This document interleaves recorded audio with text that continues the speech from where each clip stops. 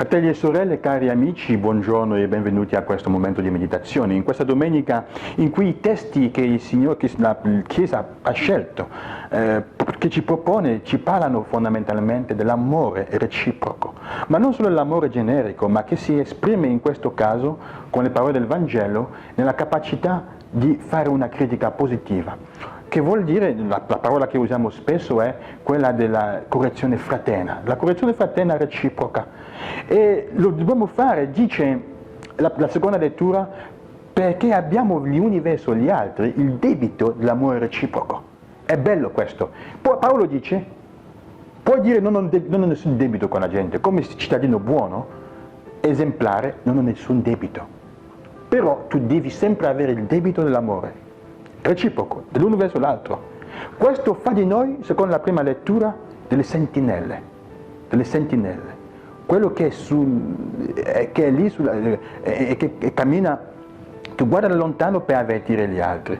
Io mi ricordo quando eravamo piccoli, quando andavamo a rubare, a prendere la frutta nel campo di qualcun altro, noi mettevamo sempre all'inizio alla porta qualcuno, nel recinto, qualcuno che dovesse avvertirci, con un grido, con qualcosa. Era la sentinella e doveva farlo con un grido, farlo in tempo. Poteva farlo. Se ti avvertiva e qualcuno riusciva, avesse voluto prendere l'ultimo mango, l'ultimo avocado che c'era, poteva farsi arrestare dal padrone. Chi ascoltava scappava e si salvava. La sentinella stessa aveva diritto alla stessa parte di quello che era nell'albero per cogliere la frutta. Per dire che è un ruolo importante, è un ruolo che si può fare solo se si ama. È un ruolo, il Signore dice in fondo, ogni discepolo ha la missione analoga a quella della sentinella, essere quello che il veggente, il vigile per il suo fratello. Non dire come Caino, non sono mica il guardiano del mio fratello, sì che lo sei.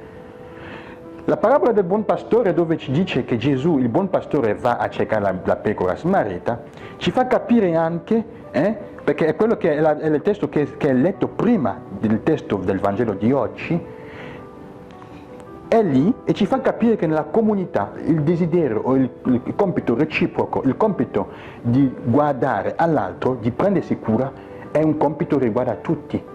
È quello che Gesù vuole dire oggi. Continua a spiegare la parabola del buon pastore, dicendo questa volta anche tra di voi, pecore, tra virgolette, tra di voi dovete prendervi cura gli uni degli altri.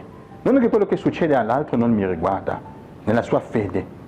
Quindi se vedo il mio fratello che si sta perdendo, ho il dovere di avvertirlo. Stai facendo una strada sbagliata, stai prendendo una strada sbagliata.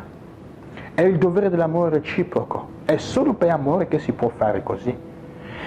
E Gesù dà i 3 passi da seguire, non si deve fare con una lettera, va verso il tuo fratello, prima cosa incontralo, lo dirai.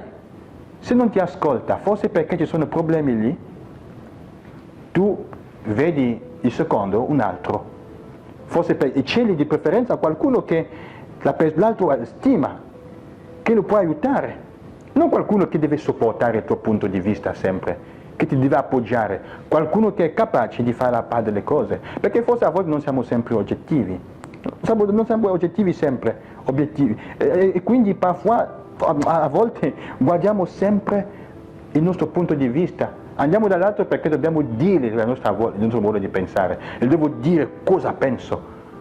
Ma il Signore dice, se lo devi dire, che sia sempre per recuperarlo, per riprendere il fratello o la sorella, perché ritorni alla comunità, ai buoni sentimenti, non per dire quello che hai visto, per sfogarti, per dire la tua parte, ne dirò 2 e così mi sentirà passare. No.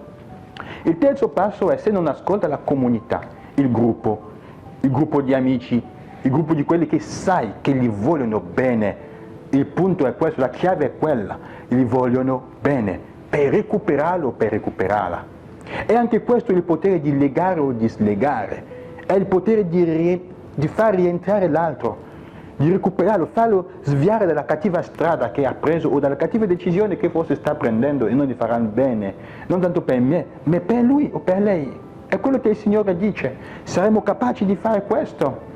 In fondo dice quindi, solo l'amore è capace di riprendere l'altro e di farlo intendere ragione. Solo l'amore. È molto importante chiedersi sempre perché sto andando a fare quel rimprovero. Perché gli ho detto questo? Perché molte delle volte, e più delle volte, la nostra correzione fraterna comincia in pubblico. Lo facciamo non davanti agli altri, molte volte. O a volte se lo facciamo non è tanto per dire all'altro, tu mi tieni a cuore, hai credo, mi importa di te. È per quello che ti dico questo. L'altro deve sentirlo. E quando abbiamo fatto questo, e se l'abbiamo anche detto con amore, se l'altro ti dice, ho capito, ti ringrazio, ma anche così voglio fare quel che faccio, voglio perdermi da solo, voglio stare nel mio peccato, dice trattalo come un pubblicano o un pagano.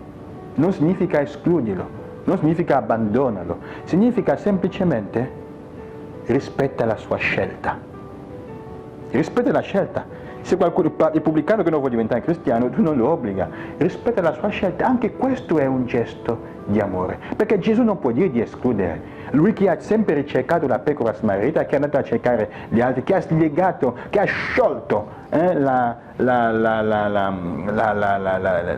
donna che era nei nodi della sua vita, dei suoi problemi, che è l'emorroissa, lui non può dire di escludere il pubblicano e gli altri, lui che ha salvato, che ha chiamato Matteo e gli altri, dà loro del tempo per convertirsi. Nel frattempo prega per loro, questo è il segreto. Se qualcuno non ti ascolta, nella comunità ci sono persone che si allontanano, preghiamo per loro. E questo è il segreto oggi. Però quello che fai, sta sempre con amore e sentiamo verso gli altri il debito. È l'unico debito che porteremo tutta la nostra vita.